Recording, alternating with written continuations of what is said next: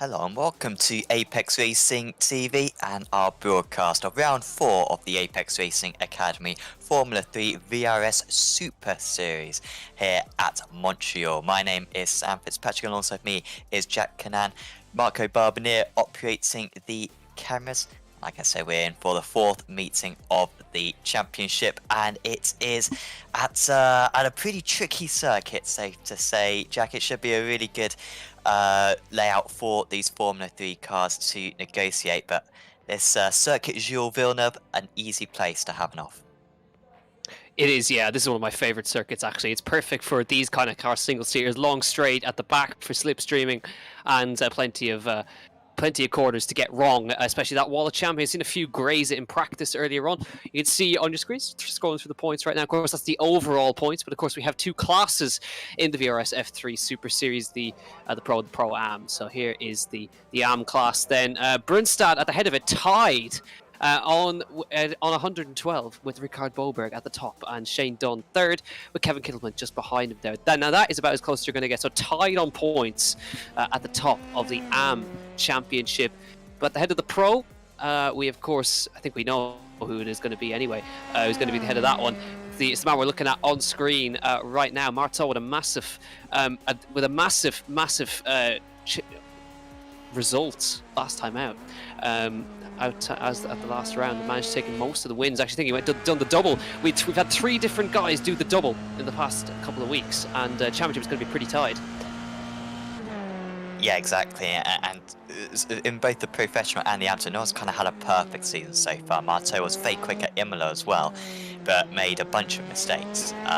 But he put it all together at Zolder, and I mean, he is really establishing himself as one of the men to be. I think Marteau started out this season as an amateur driver as well, as iRacing is not particularly good, but he can really deliver. Yeah, in terms of his pace. Paulo Dreiter, another driver who's got a couple of wins so far this season, moves up into 2nd place. And also, at the moment, top of the amateur drivers is Dara Adriansons, who moves up into 4th, because Will Redford now goes to the top, and looking very competitive out there at the moment. And so far what we've seen in these qualifying sessions, Jack, is that the drivers just get faster and faster. They'll fuel up the car to either do 2 laps and then an in lap and then do 1 more sprint lap, or I think more commonly they'll just fuel up to do 4 consecutive laps and just get faster and faster as that fuel burns off, and as the tyres really come into that operating window. It usually turns out to be quite a climax in these quali sessions. Yeah, it really does, because it does take a bit of time to get that temperature in those tyres, and it also really depends on the track temp as well, because the hotter the track temp, of course, the quicker the tyres will warm up, but it also means that the tyres will go off a bit quicker and there's less grip on a hot track. So it really depends. We've got a good balance in the car as well, but you got to make sure that you get the heat in the tyres as Martel goes back to the top again on 130.9, first time that goes into the 30s. So Martel looking really good with Redford in 2nd, and of course Connor Bell, home race for him, the Canadian, in P3, as we look now at Christian Engelhardt, who comes across the start-finish line on his lap as he negotiates turn 1, of course named after Senna, that first corner. Roggenbuch across the line, he's currently P20 on 35.1, just behind Derek Holland, but it is looking interesting. It's a great circuit for racing. Turn 1 might get a little bit tight for space, but we're going to just wait to see what happens. Is Will Redford, how about that, Sam? Half a second quicker than Marteau. Obviously, he's got those tyres working. Yeah, that's huge. That is really huge. And I mean, both him and Marteau have put in that best lap on their 2nd time. So, I mean, that looks legitimate. I mean, that is absolutely a surprise, because I don't believe Redford has yet won a race this season, but he has been very competitive. Had a little bit of bad luck as well. I think I commentated cursed him at Nürburgring race 2, but is certainly a man fighting for the championship, so really heating up there, but expect those times to improve. But I really doubt if anyone's going to be able to dip below a 30.3. Aaron Smith, 2nd place of the amateur jersey, wants to put an end to that. He wants to go top of the amateur drivers, and he does, and some. He's up to 3rd place overall. Very good time from the British driver.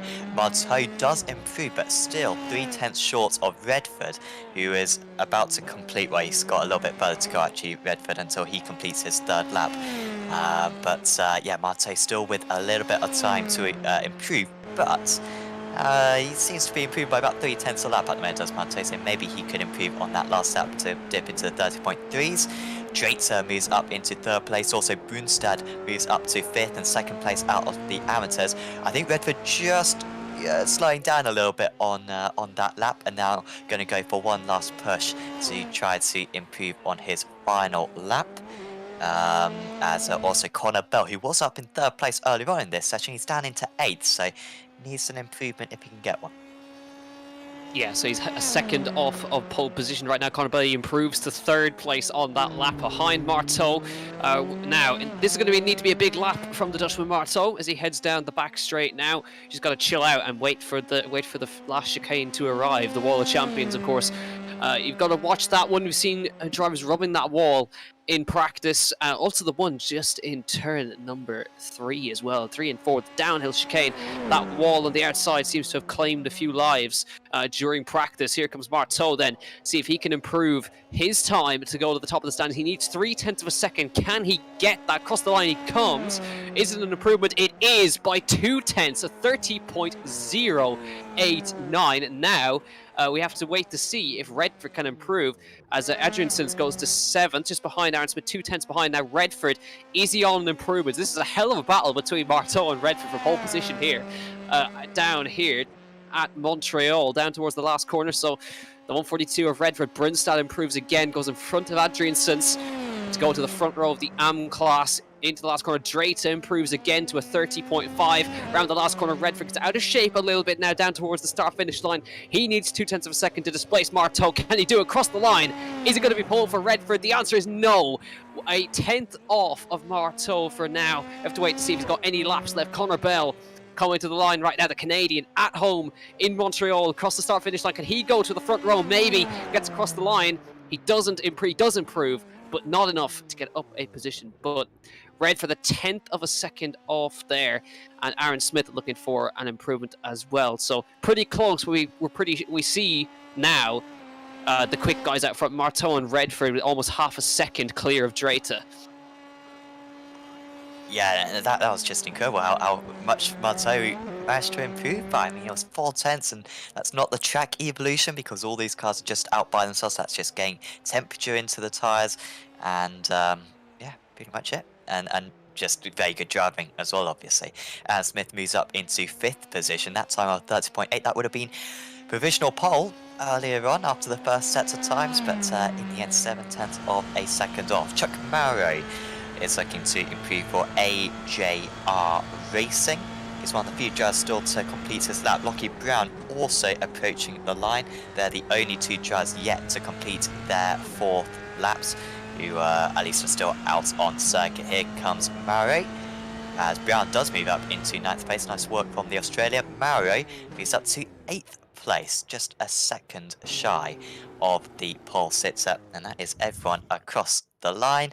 And we'll soon be able to go through to your grid. A reminder that this, of course, is the Apex Racing Academy Formula 3 Virtual Racing School Series. And, of course, that means that one of our sponsors for this series is Apex Racing Academy, who offer some of the best coaching in all of iRacing. 29 data packs, which include setups, track guides, weekly group coaching sessions, and loads more. It's also integrated with Virtual Racing School's telemetry software as well. So do check out Apex Racing Academy. Super easy to use as well. All the setups and all the stuff that you need downloaded automatically. So when you load up into the session, it's all there ready for your use. And big thanks to them for helping us out on the series and providing lots of prizes as well for our championship leaders. So here is the grid then. Tiago Marteau on pole position ahead of Will Redford. I think this could be an epic duel between these two, but Paolo Drater has also been very strong this season. He lines up in 3rd. That's Connor Bell. Aaron Smith is top of the amateur judge. Then it's Stephen Westerhoff, Simon Brunstad, Chuck Murray, Jensen Adjinsons, and Lockie Brown.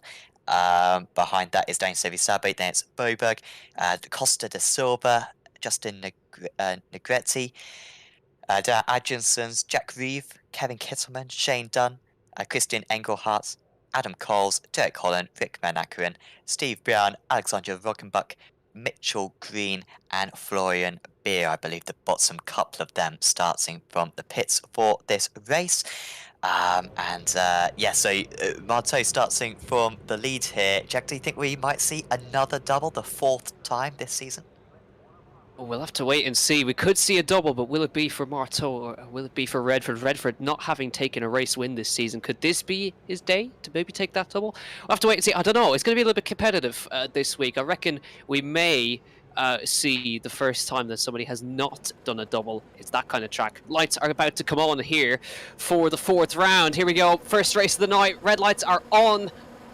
And we're racing in Montreal. Good start from Marteau. Not a great one from Redford from 2nd place on the grid. Trying to get up alongside Marteau into turn number 1. Inside line for Paolo Dreta. Up the inside of Connor Bell into turn number 1. They all filed through nice and neat and tidy. Marteau got the start. Connor Bell switched back up underneath Paolo Dreta once again to retake that 3rd place.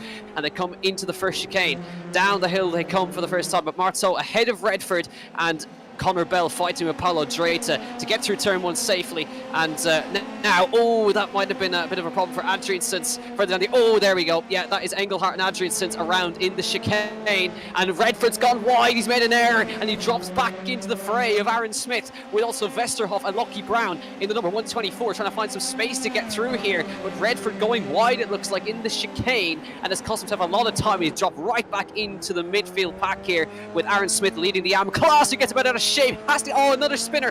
Lucky Brown is around in the background trying to take avoiding action. I think he's managed to avoid the wall, but he gets back going again. But that's now Brunstad takes the lead in the AM class after that mistake for Aaron Smith. And it's all action at Montreal right now as the AM class leaders go side by side. Yeah, super close there. Redford, running wide at a usually conspicuous corner, and yeah, big problems right there. Brunstad versus Smith. Smith actually moving ahead here. Got a very good run out to the hairpin. I don't think Brunstad's going to be able to do anything about this one. Very much single file through this final chicane. But here comes Brunstad again into the drafts. Remember, these just score points for their overall position, not for their class position. But you would think that this was for the absolute race win because they're battling toe-to-toe. Cars almost getting unsettled over that first curve, but they get through safely. Have been able to drop Negriti a little bit behind. A great start for Negriti, by the way. He's up 6 places from his start. Really, the only big gainer in the top 10. So Shane Dunn up 6 places, and Florian Beer, who started well from the back, in up 10 places. As Negriti has got a commentator's curse because he has crashed seemingly. And I wonder if that's too much damage. Will return to the pits. He has got a faster pair, so hopefully he'll at least be able to take the finish. Yeah, I did it last week, you've done it this week, Sam, so it's all coming back each week with the commentator's curse. Aaron Smith still trying to keep Simon Brunstad behind. That's a bit of understeer for Brunstad through the chicane. That's going to lose him a bit of time. To Aaron Smith, who's constantly going just that tiny bit defensive towards the hairpin as they chase after Vesterhoff. And he's got Jensen Adriansons up behind him. Chuck Morrow now 4th in class. Daniel Civizal was fighting with him as this is, of course, a 20-minute race. Before we get to the feature race, the 30-minute race that comes after. So 2 races to come tonight. You can see the big old train forming there. Daniel Civizal with Shane Dunn, Jack Reeve, and Silva in that train. Lucky Brown trying to recover from his spin. He's in the background of shot there as they come through the chicane for the 2nd time. About to come on to the 3rd time. That was close from Mauro, nearly claimed by the Wall of Champions. And Shane Dunn will take that opportunity up in front. You can see also a swap for position up ahead between, of course, Brunstad and Jensen Adriansons are trying to get ahead of him. Chuck Morrow coming out. He gets across the grass. Check up, and they somehow avoid him on the inside. Good reactions from those guys behind. I think that was Jack Reeve and Loki Brown. I think they had to get check up big time on the inside line. I don't think they actually made any contact.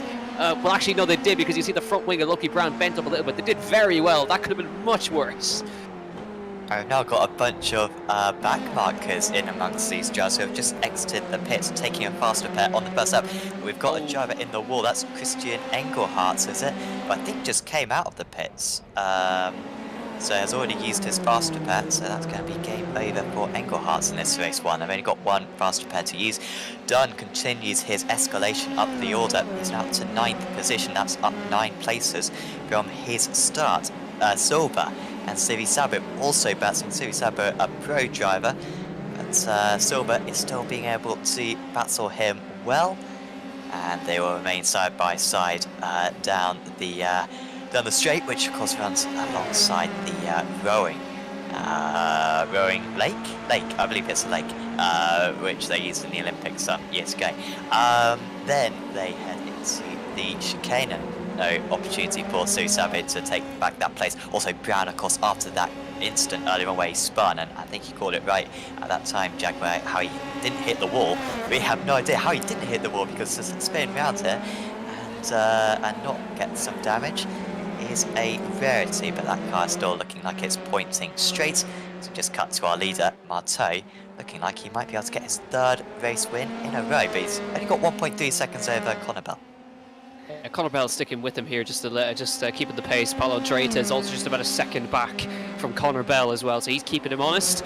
Just behind, so any mistakes from these guys will drop them down. This is Chuck Morrow, who's getting overtaken, or trying to defend from Florian Bear, also trying to overtake Jack Reeve up ahead of him as they come down the middle sector straight, looking for that inside line into the chicane. A very tough place to overtake through there, so you really got to be pretty sure that you're going to make that overtake through the chicane. They go hopping that curb, big curb on the inside there. Good run out for these guys as they come up towards the hairpin.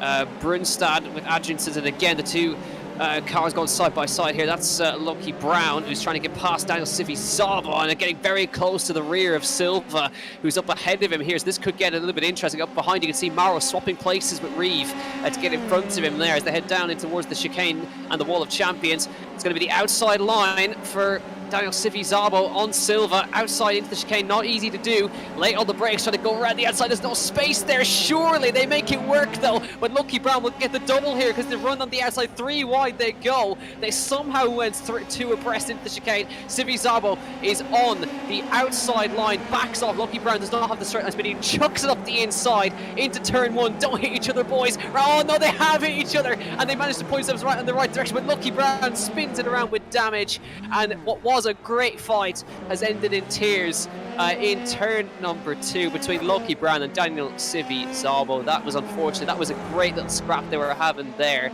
but in the end of it, Silva holds on to his place.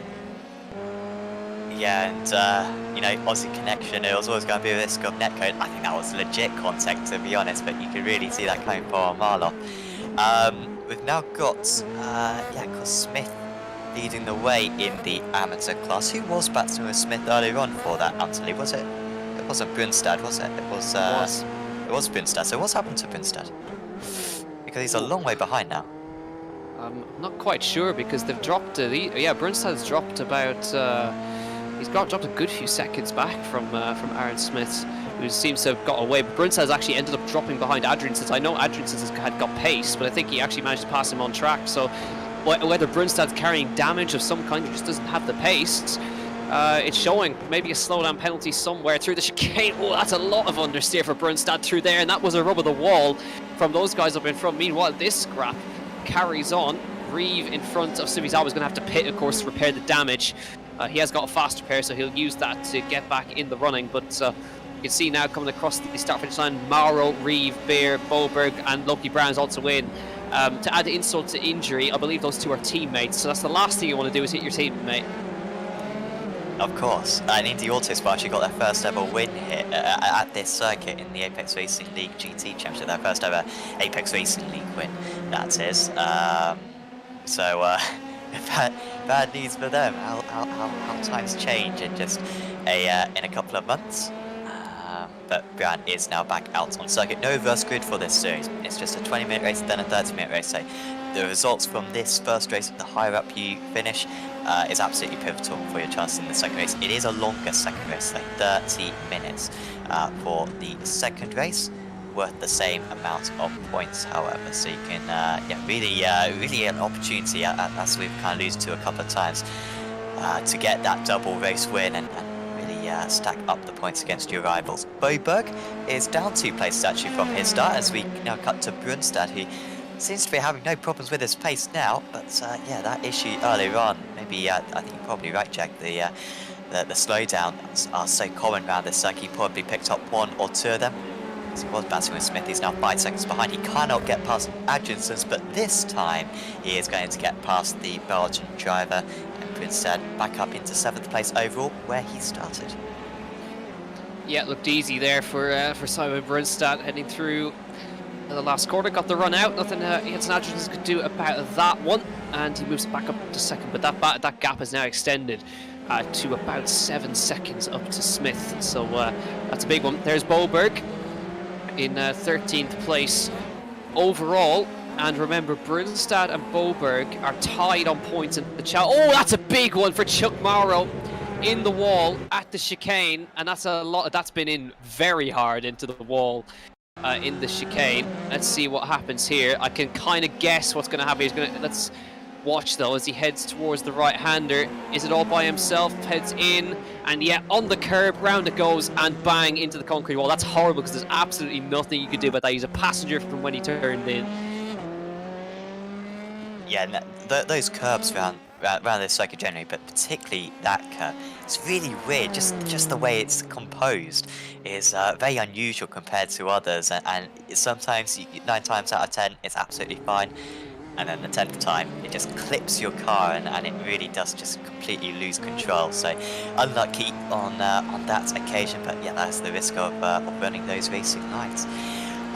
Boberg then up into 11th position now. Yeah, he's gained 3 places, I think, since we last saw him. So he's done well there. I think part of that maybe could have been issues for other drivers that's just running wide a little bit. Is Boberg had to get out of the dots on the exit. Florian Beer, who started down in 26th place, last of the runners, where he's into the top half of the field now, and he wants to get past. Right now he has to stay behind. A fantastic livery, of course, on that car. His brother Matthias, of course, the Austin Powers inspired livery on that one, but certainly Florian not running too far behind. I do like that artsy livery right there. Yeah, it looks great. It's a nice splash of colour to the series. As you look at it, you'll certainly see it in your mirrors. I think that's the whole point with Florian Beer. He's looking to the inside now of Silva, as Will Redford now down to 5th, and we believe he is. Will Redford has not put enough fuel in to make it to the end. He's doing some mega fuel saving, according to the YouTube chat right now. Will Redford trying to keep with Westerhoff right now. It's just we believe Redford's put in 15 minutes of fuel rather than 20 minutes of fuel. So he's probably been fuel saving the whole way through this race. Hopefully he's got enough to make the end without having to take that pit stop. Fast lap for Marteau ahead of Connor Bell, and Marteau is looking to try and get a clean sweep here. Honestly, it's quite something as we look to see what's gone on further down between Adam Coles and that's another driver who spun I there. see that, so I'm not sure. Yeah, it was just a spin, and very similar to Lockie Brown earlier on. Somehow didn't hit the wall. I have no idea how he didn't hit either one, but he's again still got all the wheels on it. So too does Maori, despite crashing at the chicane a few laps ago. But he's still in one piece. I mean, Redford's still going very fast, considering that he's only saved that much fuel. He must have had 15 and a bit, because there's no way you can run this fast and save 25 or 1/3, 33% of your fuel in order to get to the end. So he must have had 15 and a bit. So I'm not sure how much fuel he's going to save, but yeah, it is compromising his pace right now. And yeah, it's just very worrying for Redford here, because a bad finish in race 1 would really wreck any chances of a race win in race 2, of course. Here's the gap between the 2 leaders, then it has just gone up a little bit. Bell was matching lap after lap with Marteau, but that last lap the gap went up by ½ second, and then this lap another 1/10 of a second, so they are evenly matched. But no sign of Bell really making any impression on the Dutch driver at the moment, as that battle keeps on delivering. Brunstad versus Adjinsons, and there is Smith consistently pulling away from those drivers. That might be pace, that might be the fact that Brunstad and Adjinsons are battling, but certainly Aaron Smith playing in a very good performance at the moment, and he's nearly caught up to the struggling Bedford. Yeah, he's only 2 seconds, 2 and a bit seconds. Oh, that was Jack Reeve, and that was in, that seemed to have been coming out of the last corner. Have we had another instance of a driver missing the wall somehow? I don't think he's missed it this time, Jack Reeve.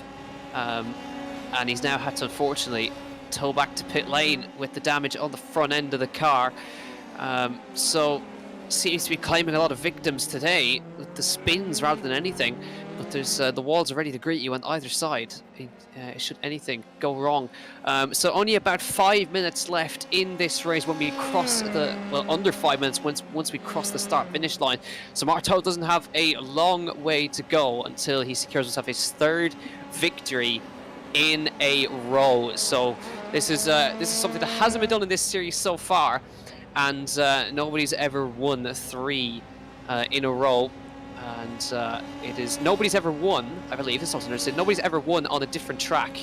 So everyone's done doubles, but no one's ever taken a win on one track and taken a win on another track. So this will be another one to add to the list for Marteau. And Redford carrying on. He's still managing to carry on. He's got about 4.5 minutes to get to the end. P5 is not a bad finish, but you can see there 31s he's running at the moment, and we know that he can go into the low 30s. Yeah, and I wonder if we're going to be tight on our lap, and maybe Redford is banking on maybe us having... Well, basically what my point is that Redford will be hoping that we don't accidentally go one further lap than maybe what he's predicting, otherwise he would be very in trouble in that circumstance. But I think he's coming back against Westerhoff now, and if you can stay close to Westerhoff as well, you could maybe save a bit of fuel in the jar. But I mean, he's not saying that at all there. Maybe he's done the fuel saving, and he's feeling confident now that he can get to the end of the race via pushing. So looking good for Redford. He managed to take 2/10 out of the driver ahead just through the chicane. He's absolutely clipping every single one of these apexes, gets into the draft of Westerhoff. I think this might be a tight battle for 4th position going into the closing stages. But we've now got 3.5 minutes to go, so it's gonna be we will just force another lap actually, so it will be 3 more laps to go, if my math serves me correct. Yeah, 3 more laps to go. We'll get in that third lap by about 10 seconds, so I hope Redford is back to that in.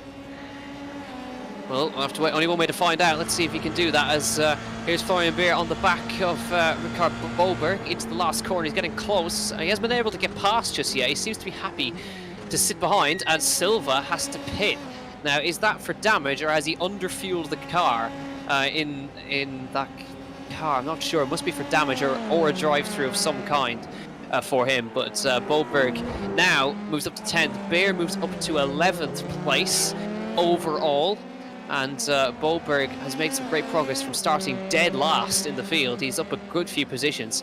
He started 26th and up to 11th, and a chance at a top 10 finish.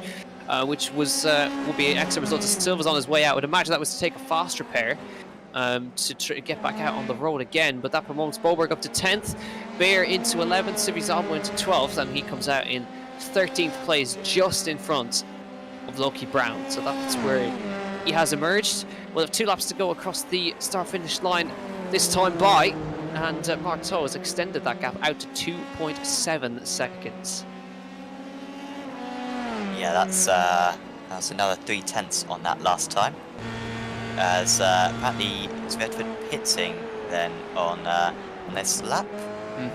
Yes, he is. So yeah, I think he was pushing because he thought that we would have one less lap than we have. But you'll see at the end of this lap, Marteau will cross the line with about 10 seconds to spare in just about 4 extra laps. So bad luck for Redford. I mean, just to explain as well, you know, why the drivers are under-fueling. I mean, often we have 15-minute race ones because usually we have a couple of heats and then the feature race.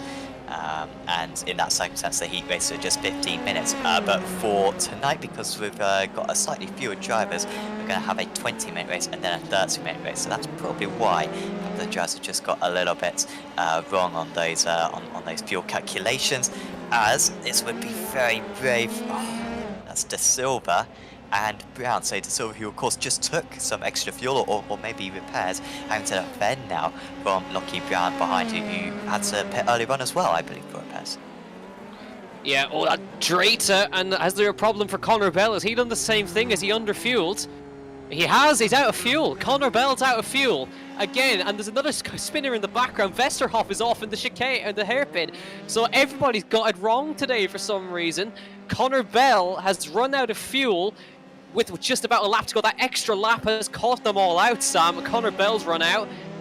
How close are some of these guys on fuel? I hope Marteau's got enough fuel in the cars. This is across the line now. This will be the last lap of the race. But this is surprising. So Connor Bell's on it. That would say to me that De Silva had to pit for fuel, and Connor Bell is dropping down the order. He's got a long way to go back to pit lane. He's not going to make it. No, yeah, towed back to the pits. I mean, he should have towed back to the pits back when he was at the hairpin. Yeah, so he must have been predicting the 15 minutes as well.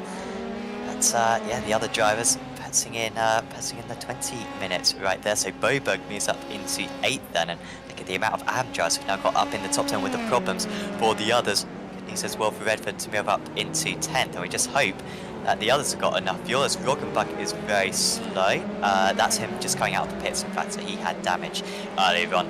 Is 1 lap down, so just doing the wise thing and letting those drivers pass. But even the drivers who put in 20 laps of fuel, they might struggle on this lap, because Martel has been so quick out in the lead. They forced 1 more lap than maybe a few people would have predicted. Yeah, we'll wait and see. Drayton looks alright in 2nd, Westhoff looks alright in 3rd. And Smith as well looking good for the amateur win. Here is Brunstad running a little bit wide, and Adrianson is going to have a great opportunity here into the hairpin. He is being forced to go round a long way. Been an absolute classic battle between these two. Just been very clean as well from what we've seen. Brunstad with the tighter line, Adrianson's with a decent exit but out in the lead. To go with his double back at Zolder, it's going to be a race 1 victory for Key Thiago Marteau. Takes the win here at Montreal. Drayton and Westhoff rounds out the podium. Smith is going to take the amateur race win, which is super good for his championship. But has Adrianson's been able to get Brunstad right at the end? It looks as though he has. He got that cut back around the hairpin, but this could change right at the line, because Brunstad is closing. He's going to be short by about half a tenth of a second. It's Adrianson's who gets a very well earned 5th position ahead of Brunstad, Dunn, Boberg. Redford ends up in 9th, and Beer rounds out the top 10. Yeah, so disappointing for those drivers who underfueled the car to try and get to the end. But thinking it was 15 minutes, but it does say at the top 20 minutes for him. Here's the move between Brunstad and Adriansons. So it was into the hairpin, so we just cut away as the battle was going on. So that's Brunstad on the inside. Adrianson's on the outside with the switchback underneath. He goes for the outside line, and then it should just be a slipstream pass. So taking that wider line and heading down into the chicane. Nothing that he could do about it. And easy done, but lined it up beautifully into the hairpin, cut it back, got the run, and got the job done in the last corner. I know Brunstad gave him a run through the last corner, but there is nothing that he could have done about that. And Adrianson's coming out with 2nd in the AM class. So we'll go through the results, I think, of that race 1 of the evening, and yeah, Marteau coming out on top. Bell, apologies, Marteau at the top. Then it was Drayton, Westerhoff, Smith, Adriansons, Brunstad, Dunn, Boberg, Redford, and Beer rounding out the top 10. Then it was Siri Sabo, Lockie Brown, Daniel Costa de Silva, Steve Brown, Rick Van Ackeren, Connor Bell, Jack Reeve, Chuck Mauro in 18th. Many of these drivers 1 lap down, of course. In 19th position was Here we go. Justin Negrete. He had a very good start, actually, did Negrete, but it didn't turn out too good. Alexandra Roggenbuck, Adam Coles, Kevin Kittelman was 2 laps down, so I don't believe he'll score points, and certainly won't be scoring points are Derek Holland, Derek Atkinsons, Christian Engelhardt, and Mitchell Green. We are going to have a little bit of a break now on Apex Racing TV before we grid up for race 2 of the evening. In the time being, we are going to show you an advert from one of our sponsors for this series, Virtual Racing School, and we'll be back with you just after we show you their little trailer. So we'll see you back very soon on Apex Racing TV. Virtual Racing School was developed to provide support to the next generation of sim racers. No matter if you're a rookie or veteran or what car or track you'll be racing, our goal is to provide training every step of the way.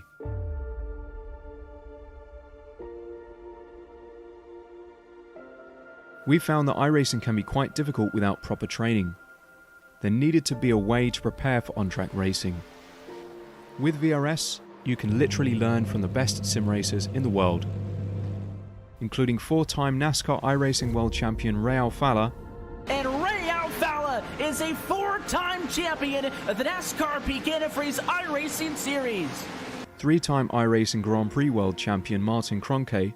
Martin Kroenke becomes a 3-time world champion. Rallycross World Champion Mitchell de Jong. Mitchell de Jong is now champion for the iRacing Rallycross World Championship Series. And many other top sim racers. Data packs include everything you need to start learning. Our World Championship coaches create the data packs by setting a hot lap or a series of fast laps for you to compare, analyze, and replicate. Data packs also include a tutorial where the coach points out techniques they use to hit the fast lap. This gives you access to the latest driving techniques and setups before you even hit the track. Sign up for a free account and download the VRS telemetry logger.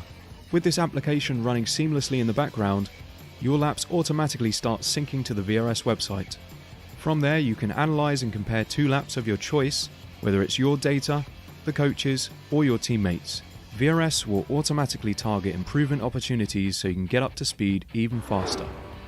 VRS also makes it easy for you to request and schedule one-on-one or group coaching sessions. These sessions can range from 30 to 90 minutes, and you can select the car, track, and setup combination of your choice.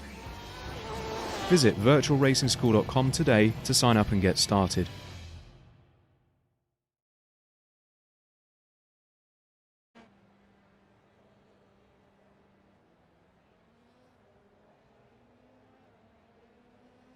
Welcome back to the Apex Racing Academy Formula 3 VRS Super Series live on Apex Racing TV. We have already had one race of the evening complete, and we're just getting ready for the second race of the evening now. And yeah, do we think that it's looking more and more likely, Jack, that we're going to see another double here? I mean, to be fair, it was always a possibility after race 1, but there just seems to be no stopping Thiago Martu, who got pole position, of course, in very impressive fashion, and with many of his rivals having troubles in that race 1. He looks very good to really take a stranglehold of this championship as we enter the mid-stage of the season. Really does. I mean, it was impressive. He controlled from the very get-go, got the nail to the start, and it's going to be interesting to see if he can do the double-double. We haven't seen that this season either. 4 wins in a row. Let's see if it can. Let's see if it can be done. Be interesting to see. But on Apex Racing TV, if you're watching on YouTube, make sure to subscribe and follow us to keep up to date with everything that's happening on streams every single week. We've got stuff going on all the time.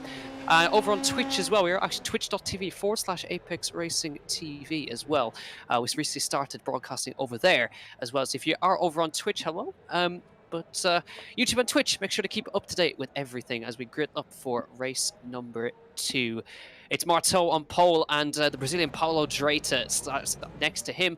Stephen Vesterhoff and Aaron Smith leads the AM class, but he starts fourth. The Jensen Adriansens, Simon Brunstad, Shane Dunn, and Rickard Boberg. So the championship now swings in favour of Brunstad, but of course Boberg not far off him in P8. Will Redford will start from 9th, and Florian Beer in P10 after coming up from 26th on the grid. Not a bad job from Florian Beer. Daniel Civizabo in 11th, Lucky Brown will start in 12th. Then Daniel Costa da Silva, Steve Brown, Rick Van Ackeren, Conor Bell starting 16th after running out of fuel. Jack Reeve, Chuck Morrow, Justin Negrete, Alexander Roggenbuch, Adam Coles, Kevin Kittleman, Derek Holland, Dara Adriansens. And then on the final row of the grid is Christian Engelhardt and Mitch Green. Here we go then, race number 2, grid up, all ready to go. Let's see if Marteau can do the double-double. 4 wins in a row into the prospect. Here we go at Montreal. Race number 2 is go. Good start from Marteau once again. Bad start from Dreita. Vesterhoff going to capitalise up the inside and towards turn number 1. And he slots in front of the Brazilian into turn number 1. Marteau controls everything. Vesterhoff in front of Dreita as they head through turn number 1. Aaron Smith Brunstad, moves up ahead of Adriansens as they head through turn number 1. So Adriansens taking P2 and chasing after Brunstad now as they head through the first chicane. But a clean start from Marteau once again. Redford up a place up to P8. He's in the middle of the AM class right now. He needs to get himself up the order as quickly as he possibly can as they fight it out for position in front of him. Through the left-hander. Hopefully he gets this corner right this time. He does get it right this time. Adriansens in there. Oh, Dreita! Oh, that's a big one. Vesterhoff and Dreita have crashed, as well as Aaron Smith, the leader in the AM class, involved in that one as well. Big one on the exit of the second chicane. Will Redford moves up to P5. That puts the new leader is Adriansens. We got another car off. That's Brunstad taking to the grass across the third chicane. He's going to lose that to Conor Bell, who moves up to P number 6. So they fight out Will Redford. What a start he's made now up the inside of Shane Dunn. And he moves up to 3rd. But that puts Marteau now 3.5 seconds clear out front. Adriansens is 2nd. Redford is up to 3rd. But that took out the AM class leader, which could be big for the championship. Brunstad losing out as well to Rickard Boberg, who's now up to P5. But after lap 1, Marteau is 3.6 seconds clear already. Yeah, you can see our main drivers are back in the pits as side by side through the chicane. We can see a couple more drivers in the pits if this goes badly, but it was a brilliant move there from Boberg. But look at storming through now is Conor Bell trying to take advantage of this. He's not going to have anywhere to go against the driver ahead. And he does just have to wait behind. In fact, he's still alongside Shane Dunn. He's up his inside, and Bell having to concede on that one. So the pro driver not getting up to the order quite as easily as I thought he would do. Florian Beer, meanwhile, is having to defend from Daniel Civizabo and does lose some time having to move offline. Here is a replay then of what happened. I can only imagine if Westerhoff just with his own mistake, and then the other judge had nowhere to go, and that is what has happened, losing the rear end and the absolute worst place to be. How that didn't involve 5 or 6 cars instead of just 3, I am not quite sure. So we've had another problem at that corner, and this time it's Florian Beer and Civizabo, who I think were battling one another, who have collided. Also Steve Brown, I think, or Brunstad, so I think got involved in that. Yeah, Brunstad had to tow back to pit lane. I saw Florian scrape across that wall, and I reckon he's broken that rear suspension. So I think half the field's back in pit lane after that first lap. What's going on here at Montreal? We got through race number 1 so good, and now half the field's back in pit lane. But that has meant Conor Bell has absolutely charged through the field. He started 16th and he made up 10 places in 1 lap. I'd love to see that on board from Conor Bell at home in Canada, now chasing after Rickard Bober. It's Marteau, and how about Will Redford back up to 2nd place in this one. So great stuff from him. That was something else, and Conor Bell, I think he'll be very pleased. Much better race 2 so far. Yeah, and yeah, he has a lot of work to do, and he was already up 2 places by the time they even got to the start-finish line, wasn't he? Then going to the open space through turn 1, and I think from here on in it's just picking off as drivers have problems. Was a bit lucky there, wasn't he? And I think at this point he's already up 4 places, so the rest of it was pretty easy for him as Marteau and Redford are very close. So Marteau had a comfortable lead, but he's just had an awful lap as Marteau. He lost 5 seconds that last time round, and this is the chance that Redford's been waiting for. Redford, who started down in 9th position, you will not believe his eyes that only 4 minutes into this race, he's already battling the race leader, and he knows he's got to take this opportunity straight away. Up the inside he goes into the hairpin. Adrianson is fairly close to these guys as well, but it is Redford who moves ahead. Marteau with a better exit, and he'll be able to get his nose ahead, I imagine, although actually the straight line speed just equalises a little bit, and I wonder if that's an indication that Redford, who is on the inside here, has got a little bit less drag on that car. He is going faster down the straight and has got the race lead for the first time in tonight, and he moves ahead. So Marteau, I think, picks up a slowdown there, Jack, and it's really demolished his comfortable advantage. Yeah, but that gives us a battle as Marteau looks up the inside into the first corner, but that's dragging everybody else back into it as well, because Adrianson's there. Connor Bell is the fastest man on the circuit at the moment, compared to these two. If these guys continue to scrap it out, they'll get right back in the fray. Connor Bell up to 4th place now for him. There's Chuck Morrow and Shane Dunn. Shane Dunn carrying a bit of front-end damage on the head on that front wing, so he's going to struggle with straight line speed. But just judging off that side-by-side moment between Redford and Marteau, you can definitely see that Redford's running a less wing, it seems, compared to Marteau, because he just pulled away down the straight, and Marteau seems to have the strength in the corners as he comes through the chicane now. Redford now back in control of this race, but of course Marteau still in the draft, which is where he wants to be, where he needs to stay if he wants to keep up with Will Redford here. But there's still loads of time, 25 minutes still in this race, so this can change. Oh, that's a car on the wall. That is, I think that was Vesterhoff again. Vesterhoff off again. That's the same corner he went off in race 1. Has he been helped around by Paulo Dreta? Let's have a look here. Into the hairpin. Sorry, round he goes, and oh dear. That's a bit interesting there between Paulo Dreta and Vesterhoff. Got squeezed right into that wall. Absolutely nowhere he could go, and he has to tow back to pit lane for the second time. But you can see in the background, Connor Bell wants to get himself back on the podium. Bit of redemption. Fastest lap for Will Redford. Hopefully, Connor's put enough fuel in that car this time. Yes, he could probably see a race win coming here, Connor. I mean, he's 2.7 seconds behind the leaders, which, when he started in 16th place, was looking unlikely. I don't think he's quite got the same pace as Marteau, but if Marteau gets held up by Redford at all, or if they start battling, then we could see a Canadian win. How terrific would that be? I think that would be the first time in Apex Racing League history as well. And we've broadcasted a lot of races on this. Actually, I feel like, probably not. I'm not sure. But anyway, Kitzelman is there in 7th place, as Bell does now move ahead into the podium place where he spent almost the entirety of race 1. And yeah, that gap just under 3 seconds done, moving ahead of Kittelman. Good move there on that chrome livery as well. They've got Adam Coles, who had a poor qualifying in Coles, but I think he's been doing, well, it wasn't a great race 1 either, but he is up 12 places at least in this race 2, up into 9th. I think these three might stay close to one another for a while, as Negriti, who was doing so well in the first few laps of race 1, ever since then it's gone downhill, and that might be the end of his evening. Yeah, absolutely. You go back to this battle, this is raging on. Kevin Kittelman coming back at Shane Dunn, who just doesn't have any straight line speed with the damage on the front end. Slots back into P7 overall, P4 in class. And just to go back on that Canadian winner, I'm surprised you didn't remember, Sam. Remember Ramez Azam?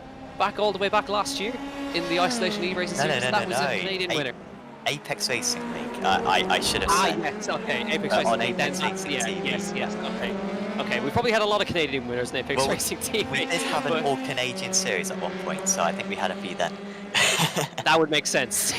But yeah, I'm not sure on the statistics for Apex Racing League, but certainly over the years, I'm sure we've had plenty of Canadian winners. But I don't know if we've ever had one at home in Montreal, so that'll be an interesting one. Where Redford's now pulled out a second lead over Marteau as well. So Redford's he's controlling the pace. Whether Marteau is doing a bit of fuel saving, then we don't know. But now you can see.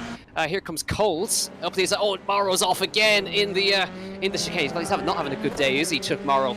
He's been in the wall at in race number 1 and is really struggling with that car. Now that promotes Kevin Kittleman onto the AM class podium. As that's P6 overall, P3 in class. And that's, of course, now Adam Coles up to P4 with Shane Dunn behind him, Chuck Morrow, then Engelhardt. Smith is trying to recover here, but there's no sign, crucially for Boberg, Sam, there's no sign of Brunstad emerging back out on the circuit. Yeah, and if Brunstad was going to re-enter the circuit, then you'd think he would have done it by now. I think you only score points as well if you're on the lead lap or 1 lap down. It's a little bit of a unique series, this one, where you do have to finish, 1 lap down, unlike our others where you can finish 2 laps down. Brown and Negriti are out of it. And Brunstad, I think, had that fast repair available, but yeah, it doesn't seem like he's going to be exiting the pit lane. So yeah, big for the Amateur Championship tonight, and yeah, really does continue the topsy-turviness of it, because really no one's been able to lay claim to any of the championships. I mean, Marteau's going to be the leader of the overall championship, I think, after tonight. He already was the leader going into it, but yeah, in that Amateur Championship, Brunstad and Boberg entered level. Maybe, Boberg will probably be at the top, but Kittleman as well, of course, right up there. But still many more rounds to go after this one. Still 6 more rounds to go after this race, as Maro on the comeback. And he's trying to come back and get Shane Dunn, but there's contact between the two of them. Can they get back to the pits? I think Dunn will be able to get back to the pits. And Maro as well. Initially, half of his car was missing on my screen, but it's reattached itself. But, yeah, what do you think about this one, Jack? Let's have a look here. So you can see Mauro going for the inside line, and it's a half-hearted look, isn't it, from Chuck Morrow, but hard one to judge there going into that corner. It's not really an overtaking corner either, so I wonder. That might be work for the stewards there, depending. But they've both carried on at least as they come down. The Marco just get a very large clear of his throat in our ears as he comes, as we mentioned, the stewards inquiries. But Daniel Civizalba, we're looking back from the rear wing. That is Aaron Smith on the recovery from the earlier incident. He's done well, actually, Aaron Smith, to get back so far up the order. There's Shane Dunn now in the pit lane to take his, hopefully he has a fast repair remaining. Here comes Smith down into the last chicane. No defense put up by Daniel Civizalba, and Smith going to move up 2 places actually because of Shane Dunn being in the pit lane. He's going to move up another spot, so he's going to move up into P10 overall. There he goes, Civizalba behind him. He's a pro class driver, but he's being hounded by the AM class tonight. Are putting on a great performance. Out comes Dunn. He's on his way out of the pit lane now, and only 11 minutes have gone in this race, so we still have lots of time left in the race for this to change. But of course, the leader now of the AM class, we didn't mention too much, is Jensen Adriansens. After all of that, the Belgian is leading the AM class. You've got Richard Boberg, the Swedish driver, in second, and the German Kevin Kittleman in 3rd place in the AM class. So Adriansens putting on a great performance today. Boberg now, he needs to capitalise on Brunstad not going to be able to score any points in race 2. It should be Boberg at the head of the championship after this round, as he gets very close to the wall of champions there, Boberg. But looking at the times at the head of the field, Redford at 30.6, a 31.1 for Marteau. Connor Bell actually going quicker than him, as here comes Mauro, Christian Engelhardt with damage on the front end. And he's struggling around at the moment, is Engelhardt, so he's going to have to...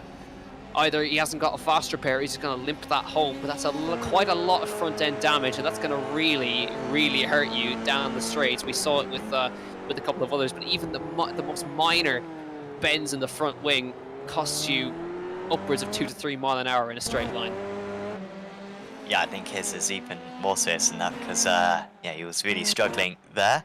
I'm surprised he doesn't come into the pits, to be honest. It would only lose him 20, maybe 25 seconds to go down the pits, and if he's losing 3 seconds a lap, then I'll make that up fairly quick. Here's Lockie Brown. That corner is tricky. Didn't think it'd be that tricky to fair in these cars, because you know their downforce to power ratio is so high. But still deploying the power is tricky, as also Simon Brunstad has had a problem. Who has he collided with here? Apologies, so this was what took Brunstad out earlier on in the race. And in fact, his rejoin then took out the 280, I believe. I think that was Derek Holland that he took out there, Brunstad. So maybe more work for the stewards, trying to get back on his way. And yeah, just picked the wrong way there, did the Indy Autosport driver. Yeah, that was unfortunate there. It's a blind corner, and Brunstad just got too eager on the throttle and spun straight into him. But Redford still at the head of the field now, about to reach the halfway point. He's actually coming up to lap Paolo Drato, who started on the front row of the grid. So how the tables have turned for these guys. But Will Redford trying to aim for his first victory, and Marteau trying to go for his 4th in a row here at Montreal. But this would be the first time that we haven't had somebody do a double. We've had doubles in every single round so far. If Redford carries on the way he's going, then he could change that statistic. Here's the conditions on the right-hand side. 76 degrees Fahrenheit in the track temperature, 73 in the air. 11 miles an hour of a wind, so quite a large gusty wind here at Montreal. It is near a lake, so it would make a lot of sense. And of course the graphics provided, these lovely graphics, which you can get for yourself if you want to. SDK Gaming, make sure to give them a check out. You can obviously use this yourself within iRacing and use it while you are driving to give you all the info that you need. You can even use it on your own streams if you want to get a broadcast just like this. You can sign yourself up to SDK Gaming and you can get the overlay just like this to add to your broadcast and bring it to the very next level. Make sure to check that out, SDK Gaming. Many thanks to them for providing the software that we use on this podcast. It gives us all the info that we need, and it's very robust and is keeping us up to date with who is where, the times, everything that you could possibly want. But it's still Redford and Marteau. Marteau with a personal best on that lap. Connor Bell is lapping on the same pace, but he's not able to catch up with them because they're lapping on a very similar pace. What he needs now is Marteau to catch up to Redford, and they start battling so Connor Bell can recover. But even so, he's up 13 places, so I don't think he can really complain about 3rd place. Yeah, that'd be a good recovery for Bell, wouldn't it? Going into this round, he was 3rd place in the championship. Marteau is going to have the advantage in the championship regardless of who wins. As long as Marteau gets the top 10, he should be ahead. But it's important for the other guys to try to get a few points back if they possibly can. It's looking like it's going to be a competitive season, and particularly Redford driving much better today than or much faster today, shall I say, than he has done in the other races. You know, he's been fighting for podiums, but this is the first time that he's been out in the lead and pulling away from a couple of the most competitive drives in the series. So really positive for him. At the moment, there's not really too many battles going out on circuit. No drivers are within 1 second of one another. Undoubtedly will close up later on. In fact, Ricard Moberg did close in on this man, Jensen Adjensons, on the last lap by about half a second, also, as Marteau also sets the fastest lap of the race up there in 2nd place. That's the time difference between the top 2 in the amateur class this time. Adjensons with a personal best, you can see there lighting up in green, and actually just restores that gap. So he lost half a second on the previous lap, then re-establishes that half second on this lap. So good work from the Belgian, who yes, is looking good for Indy Autosport. Also Florian Beer and Daniel Sivi Sabo might be getting back into a duel in a little while, running in 11th and 12th positions. These two have been glued to one another so far. So already had a couple of battles, but Beer, yeah, once again closing in ever so slightly at the moment on the driver ahead as they move on to lap 12 of this race. Gap coming down between Redford and Marteau now, 1.2 seconds it comes down to. So Marteau seems to have some pace in him now, and is going to start maybe just closing or tightening the knot around Will Redford to get him a little bit closer. But 18 minutes gone in this race, 12 minutes to go, so plenty of time for these guys. But Redford needs to keep his head now as he heads through round the Wall of Champions, and is in control for now. He's got one of the Indy Autosport cars coming up in front of him just about in a few moments time. Let's have a look at the times this time. It'll be a 30.5, 30.4, but Connor Bell, fastest lap of the race, 30.3 for Connor Bell. So he's got the pace, but pace is so similar, he's not really making any inroads. That was only about 1/10 of a second to 2/10 of a second that he managed to gain over the guys in front. There he is with the Canadian flag on the front of the car. see if he can get himself a home victory. I think he'd be happy with a home podium, but nonetheless, he'll want to get himself a good result as Kevin Kittelman. He's the personal best in that lap, matching on the pace of the AM class leaders. Boberg not making really any inroads, about 2 seconds separating them. Can now say Brunstad is officially out of the race now, so that's exactly what Richard Boberg wants to see in his championship chase, and these could really be crucial rounds later on in the championship. We still have 6 more to go, of course, but though the early points are very, very important. As you can see now, Marteau gap is down to 1.1 seconds. He's taking just marginal bits of time out each lap, and that gap is coming down by about 1/10 of a second a lap. It's not much, but it would be enough to back in the draft. Oh, a very big question here, Jack. I think it's something that's even oh, we've got Mauro into the wall. Well, he has had a tricky night, hasn't he? Just trying to think if he's already used his faster pair, Mauro. I think he may well have done in the past. Here it was, anyway. And this is another one of those corners which have caused all kinds of problems for the drivers. Very tricky in these F3 cars to deal with those very tall curves we have here at Montreal and off into the wall, but it does promote Drater up another place. Yes, well, I was going to ask Jack, have the drivers had clear visors throughout, or have they been able to change their visors halfway through? Because those eyes of the drivers are all of a sudden making quite an impression on me as we head into the evening. Absolutely, look at that shot that Marco's bringing us right now. Staring back, well, kind of at the aerial, but once they turn into the corners, you'll definitely see the wide eyes of the drivers behind. Of course, it's getting dark. Ideally, they should have the dark visor on, where they still have the clear visor on the helmet. So let's say they would get blinded coming down one of the straights there. But curiously enough, I think Marteau's got caught up in traffic on that lap because that gap's opened out to about 2.8 seconds, as you can see. So Marteau's had a problem. You can visually see the gap has increased between Redford and Marteau. Now, whether Marteau's backed off to save some fuel or he's got caught in traffic at the wrong place, made a mistake or something, he's managed to fall back by 2.8 seconds and getting a little bit closer to Connor Bell as they head now over the start finish line until they begin lap 15 of this race, and about 9 or 8.5 minutes left in this race. So Redford, it's his to lose now. 30.4 personal best, 30.7 for Marteau and a 30.8. So right now, Redford just seems to have the pace over Marteau, and the gap has opened up by about 0.3 of a second this lap over Marteau. So it's all looking good for Redford if he keeps it together for the next few laps for him to end the streak of double winners.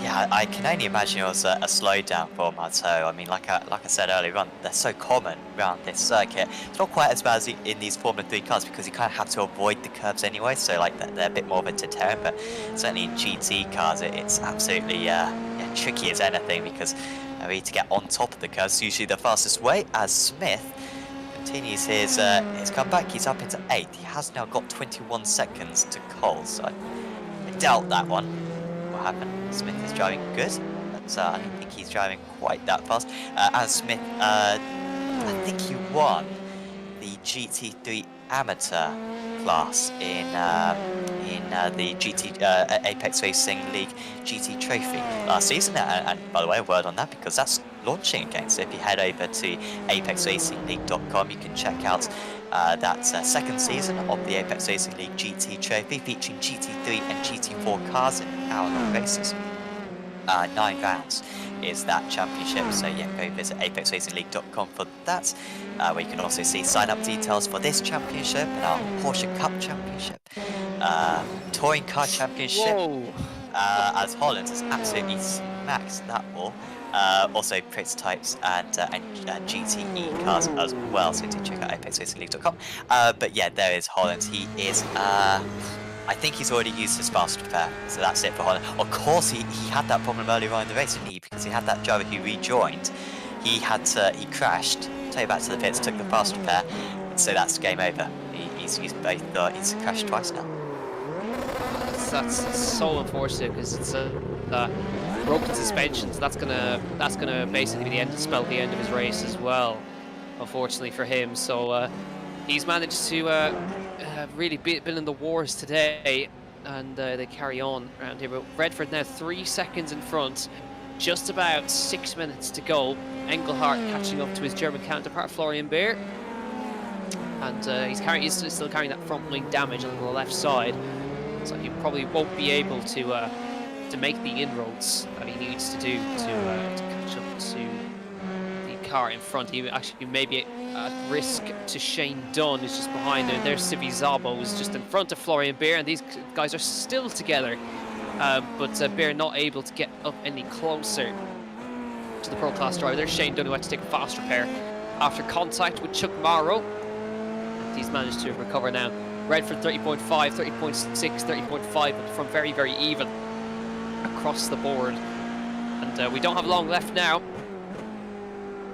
These guys are about a minute off the lead, so they're not quite a lap down yet, but they will be the next cars to be lapped. So Redford not too far behind them, but coming up to the 25 minutes completed mark, so about 5 minutes to go in this race, and Redford extending that lead even more. So I think he'll be annoyed that he didn't manage to put the right fuel in the previous race, because that could have very easily have been a double win for him had he not had to fuel save, and I think that could be a slew of lost points for Will Redford. As now you see Shane Dunn getting right on the back of Christian Engelhardt, who has the front wing damage. This is be the difference now. This is a visual difference of damage versus no damage up towards turn 1. Engelhardt doesn't really fight, backs off, and Shane Dunn moves up to P11. 25 minutes to go then, and Will Redford in full control at the moment. Traits, you can see how much time Jason's been gaining. He's been gaining 5 seconds a lap on Engelhardt. Oh, he's going to be short though, isn't he? Yeah, he's going to be well short. He'll still be 20 seconds behind by the end of the race. Yeah, still much faster. I don't know why Engelhardt hasn't taken the faster pair. But, well, I don't think it's made too much of a difference to him anyway. Bell now sets the fast up of the race, and well, who would have guessed this? Well, at least I wasn't expecting that Marteau would be closer to being overtaken by Bell than Redford would be being overtaken by Marteau.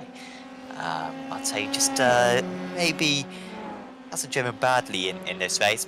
He's had kind of those two issues. He built up the lead to about 4 seconds on the opening lap when everyone else was crashing behind. Then he seemingly got a slowdown, which brought him back behind Redford. And then, of course, earlier on, just as he got the gap down to about a second to the race leader, he seemed to pick up another slowdown. So it certainly hasn't been a bad evening, or a bad race too for Marteau, but certainly not the result he wanted, as Steve Brown has gone off the circuit and has towed back to the pits. Now, that is Brown's second time in the pits, and so he's already used his faster pair. I think I've ever seen so many drivers use both faster pair, or use the faster pair and then crash again for a second time. Just shows the difficulty of this Montreal circuit, and that was hard into the wall, losing both tyres. Yeah, and that's going to mean that he is now going to not finish this race unless he has. He's obviously used the bumpless fast repairs, so that means now there's fastest lap for Will Redford to add to, but immediately taken away by Marteau. Everybody on a personal best that time, but Marteau just nipping the fastest lap on a 30.2, which is 2/10 off the pole time. He did a 30.0 for pole position, so it shows how quickly these guys are actually running in race pace. We've now had, I believe, 9 retirements from this race of the 26 that started. We've 16 left. Well, actually 10 retirements almost, with 16 runners still remaining in this race. So not long to go now, 2 minutes on the clock. And I reckon next time across the line, it should be the last lap at Montreal, and hopefully Will Redford will have crossed his fingers that he's put enough fuel in this time to get it to the end. Marteau and Connor Bell just going to get it to the end. Adrianson's still comfortable at the lead of the AM class. He's still 2 seconds in front of Boberg. Hasn't been able to make any inroads there, the Swedish driver.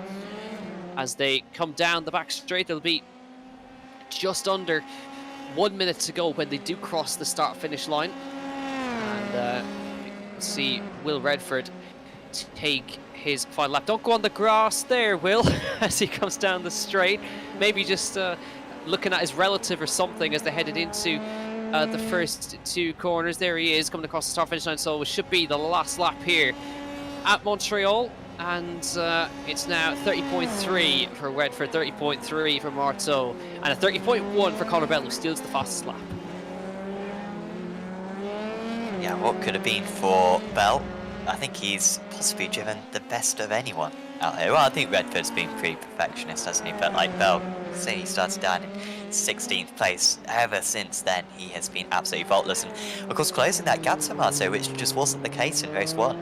Marteau seemed to have 2/10 a lap on Bell in race 1, and yet in this race 2, Bell has seemingly been the faster driver. So, yeah, well, hopefully we get an interview with him or one of the other front runners to kind of explain that difference between race 1 and race 2, because really they should be identical. The fact that this second race is a little bit longer should make too much of a difference. There is Jensen Adriansen still leading, keeping that gap to Boberg. That's out in the lead. Will Redford absolutely dominating that gap up to 3 seconds, and it looks like he's finally going to take that first race win of the season and really launch his attack on this championship. Yeah, absolutely. Doing a bit of grass dipping there. I saw that, Will. As he comes down, you can see him just running on the grass there. That is a tactic that I've seen done before. As he comes around the final chicane, the streak of doubles has ended. It goes now to Will Redford, who wins race 2 at Montreal. It is Marteau who will take second place, and Conor Bell at home in Canada gets himself a podium and redemption from race number 1. You can see Adriansen's already weaving side to side, and he will take the AM class victory here at Montreal. Great drive from the Belgian, and he weaves side to side in celebration as he crosses the line to take the win. Boberg will come across in second in the AM class, and a good drive from Kevin Kittleman. He will get himself a 3rd place finish, as still haven't sorted themselves out. Florian Bear and Daniel Sivizabo. It looks like Sivizabo should just have about enough to stay in front of Florian Bear as they head towards the last chicane for the final time. As you can see, we've had 26th up to 17th DNF in this race, and 16 drivers crossing the line to take the checkered flag. There's Adriansen's doing donuts in the first corner, along with Will Redford, who's really smoking those tyres out on the inside, and that is his first victory of the season, and he'll be delighted with that, and the first time we have not had a double winner on a race weekend. So the streak is officially ended. Marteau in race 1 and Will Redford in race number 2, but still Marteau with a stranglehold, a P1 and a P2 after a double. So there's the engine gone for Will Redford, so that car is officially done. Yeah, get out of there. I wouldn't want to be near that one. But nice barbecue for everyone on this Canadian evening. What time is it actually in Sim? I don't know if you can get that up on screen, because we weren't that far away from that kind of lights becoming a bit of an issue. It's, yeah, 8 o'clock in the evening. We had last season at Interlagos, it was getting very dark. We tried to match the official series timings, but of course this race is a little bit longer than the official series, so we have to go a little bit over sometimes, but I think the visibility was all fine for the drivers by the end at least. Anyway, there's Will Redford who wins out, Kitiage Marteau in second place, and Conor Bell rounding out that really impressive podium. I believe those 3 will be the top 3 in the championship after time. Then it was Jensen Adriansen's Ricard Boberg, who will be in the top of the Amateur Championship, I believe.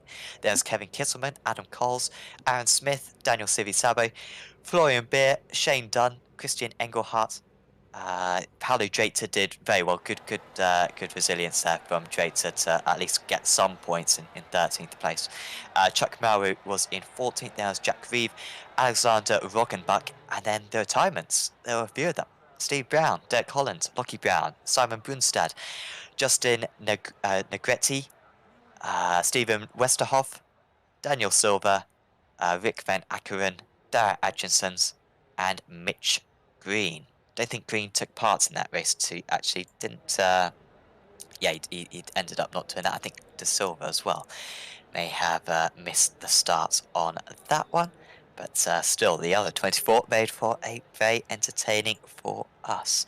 So we've got a couple of interviews now with drivers, and there's no doubt who we're going to need to have a chat to first, because Will Redford joins us in the commentary booth, who has just achieved his first race win of the season. Congratulations, Will. We'll go in order, so we'll leave the win to a little bit later on.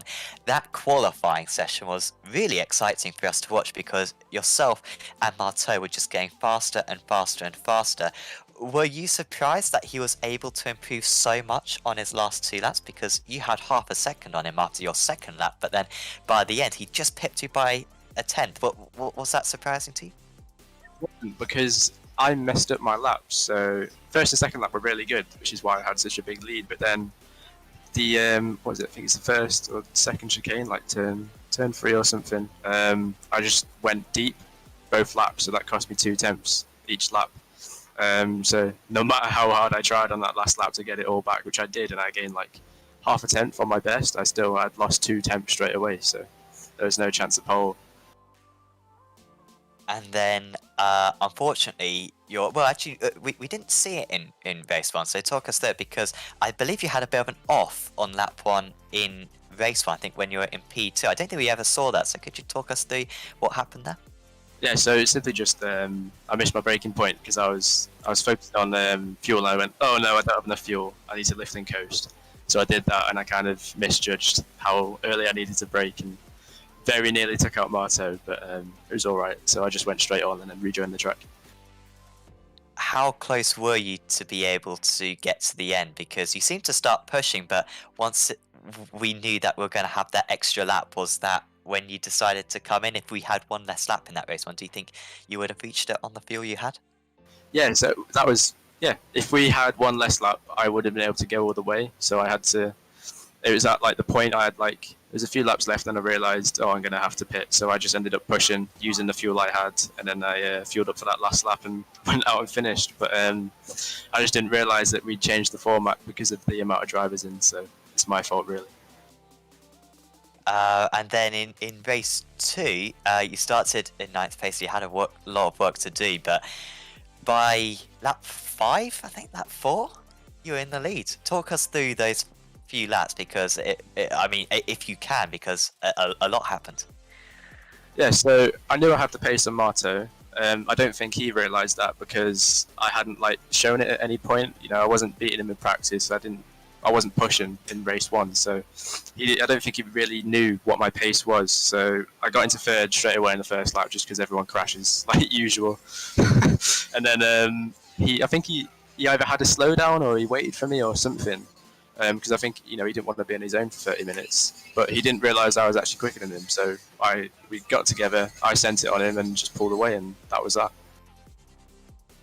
And of course, I was saying earlier on, I mean, you've been fighting for podiums so far this season, maybe fighting for race 1s, but you do seem to have had an upturn in pace tonight to seemingly be, as you say, probably the fastest driver out on circuit. I mean, do you think that's going to be a one-off track thing, or do you think that's something that you figured in the car, or are you just realising your potential finally in this round 4 of the season? I don't know, I think I'm kind of just a bit more motivated, I haven't been in official races, it's just been a bit awful with all the crashes and whatnot, but that, and I changed the setup I was using about an hour before the race started. So I was on the VRS set, and it's quick in a straight line, but in the corners it's very edgy because it's super low downforce. So I gave a different one a go that someone recommended, and it was a lot quicker for me personally, just because of how much easier it was in the corners. So I wasn't feeling confident going into this just because I couldn't trust the car at all, but I changed the setup and it all went perfect. Well, thanks for saying that, Will, on the this broadcast of the Apex Racing Academy Formula 3 VRS Super Series. We'll make sure to not bring you up next time. Thanks for having a chat with us. Anyway, Will, is there anyone you'd like to give a shout out to? Shout out to you guys for the broadcast. Shout out to Apex Racing and VRS for the setups. They're always top notch. And shout out to my dad for watching as usual. Awesome. Thanks for having a chat with us. We'll see you next time. Thank you. Will Redford there with that big promotion of Virtual Racing School. Thanks to him for that. Jack, we've got a couple of options for our next interview. Who do you want to talk with?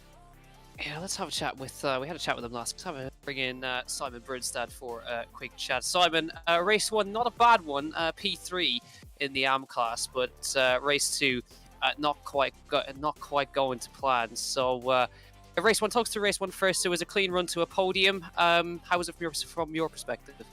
Yeah, I tried to keep it clean. This track is very unforgiving, so if you make a mistake trying to pass someone in a gap that doesn't exist, you're gonna pay for it. But the first race was great. I was trying to keep up with Aaron, but I had some front wing damage, which you probably noticed because I was so slow down the straight. And Adriansons was passing me every other lap, so we had a good tussle through most of the race, which was great. Unfortunately, those 500s didn't go in my favor at the end of the race, but overall pretty happy with the race and how we went. That was good. Notice now that Bolberg probably gonna pass me in the championship, which sucks, but hey, we got drop weeks, right?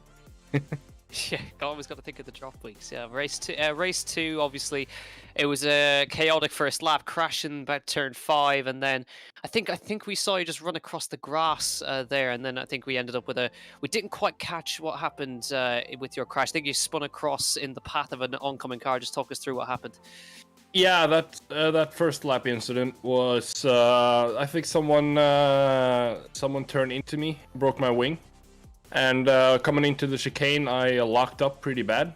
So I didn't think the damage was gonna impact the downforce that much, but it did.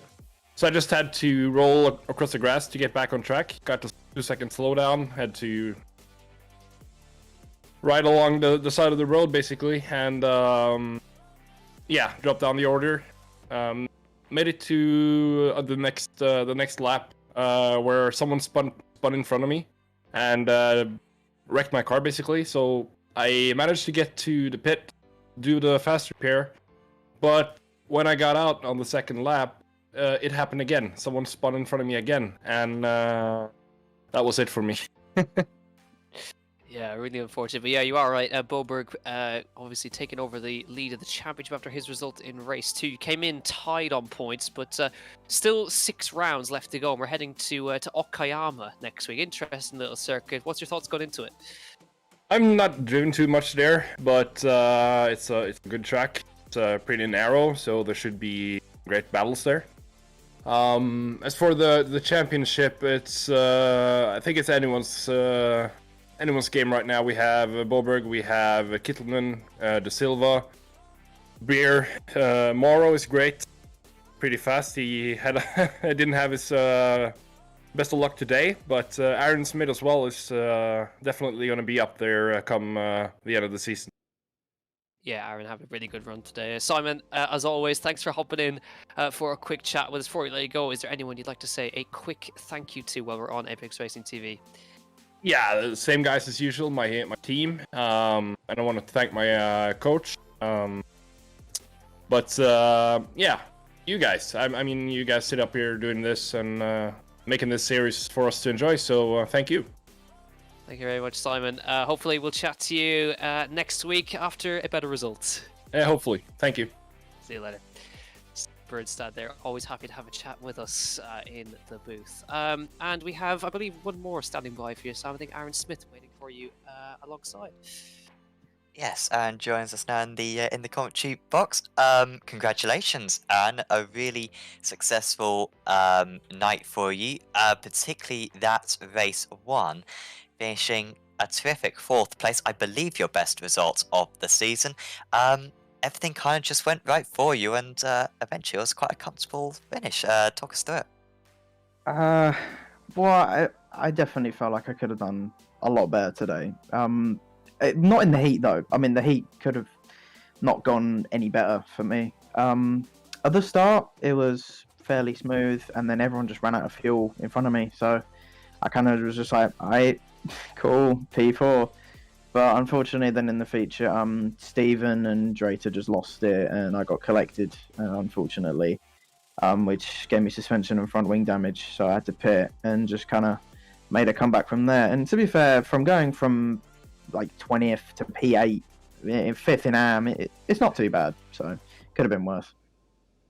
Definitely, I think you were still probably the highest scoring amateur driver from tonight. We'll wait to see what the points show us. How have you found driving at Montreal this week? Is this one that you enjoy? Because I think it's some drive. I mean, I really love this place. I think it's fantastic for hot lapping, but I understand if other drivers find it a little bit tricky, especially with the racing. How have you found it this week? I absolutely love this track. I enjoy it so much. It's just so, it just fits the F3 car so much. Like when I was doing practice races on the official series this week, you know, I was consistently finishing on the podium, if not getting some wins. So today I came in knowing that I'd probably be fairly quick, but to compete with some of the pros was a bit of a shock, to be honest. Just a shame that, you know, in the feature it didn't convert into maybe a podium, which it definitely could have if things went, you know, smooth sailing. But you know, just gotta make the best out of a bad situation. But yeah, Montreal is a pretty good track. And next up, we head to Okayama. In my mind, another circuit that should really kind of fit these cars well. When was the last time you drove that car track combo? Oh god, I think it was like last year, season 2 or 3. It was alright. I think it's just the final sector, or the second, like towards the end of the second sector at Okayama, where the car feels a little bit unsettled. But it really does suit this car, and I'm really looking forward to it. And hopefully we should have a lot more drivers since it's a free track. Everyone has it, so hopefully we should be able to do 2 heats instead of 1. Yeah, fingers crossed for that one. Also, are you going to be racing in the GT Trophy next season?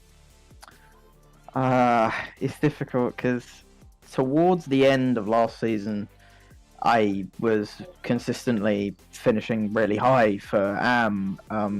At the start of the season, I was just getting really unlucky, barely finishing. But I think I might give it another go. I really do feel like I can probably fight for the championship, like I may be able to in this season's F3.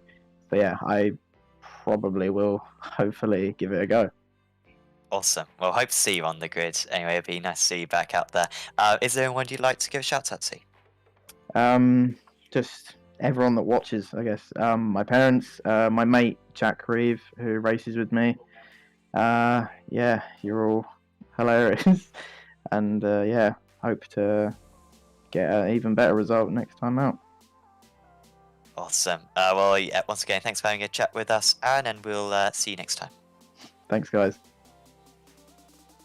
Aaron Smith there, like I said, I believe the highest scoring amateur driver tonight, certainly one of the highest, and will be moving up the championship quite considerably. Yeah, we've alluded to it a couple of times, Jack, but Okayama next time out, that is, to me, probably the most underrated circuit on iRacing. I think because it's a free circuit, people kind of discard it, and you know, you don't really see it in real life motorsport too much, but it's really got everything: some fast sweepers, some tight twisty corners. You can overtake there as long as you're not in a super high performance single seater car. So I think that'll be one to watch.